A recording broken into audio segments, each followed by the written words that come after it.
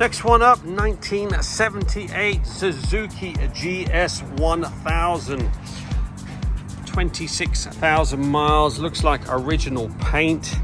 It's missing the carbs, but I'm sure we have the carbs. Missing the headlight as well. The rest of it all is in quite good shape.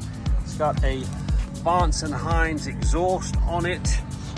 All the tail section, everything is there. Oh, look at that. Harleman TT races. Only thing is, I don't have a key for this. We do have a title for this one, but I don't have a key to look underneath the seat. But yes, good old Yoshimura special.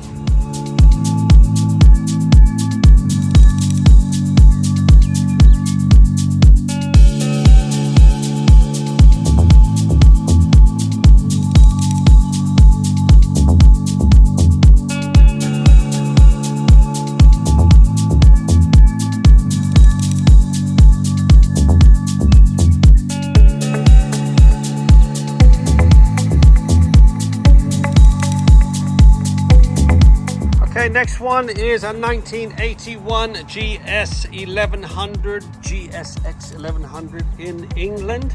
It had the carbs off. Looks like they have been cleaned but never put back on. Unfortunately, we don't have the airbox. We might have it in all the bits, but we don't have it with it. 1983 looks like the last time it was inspected. It has got looks like 39,000 miles, original paint, original side covers.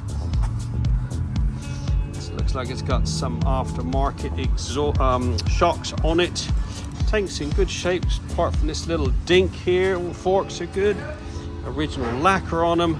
O.V.N.O exhaust.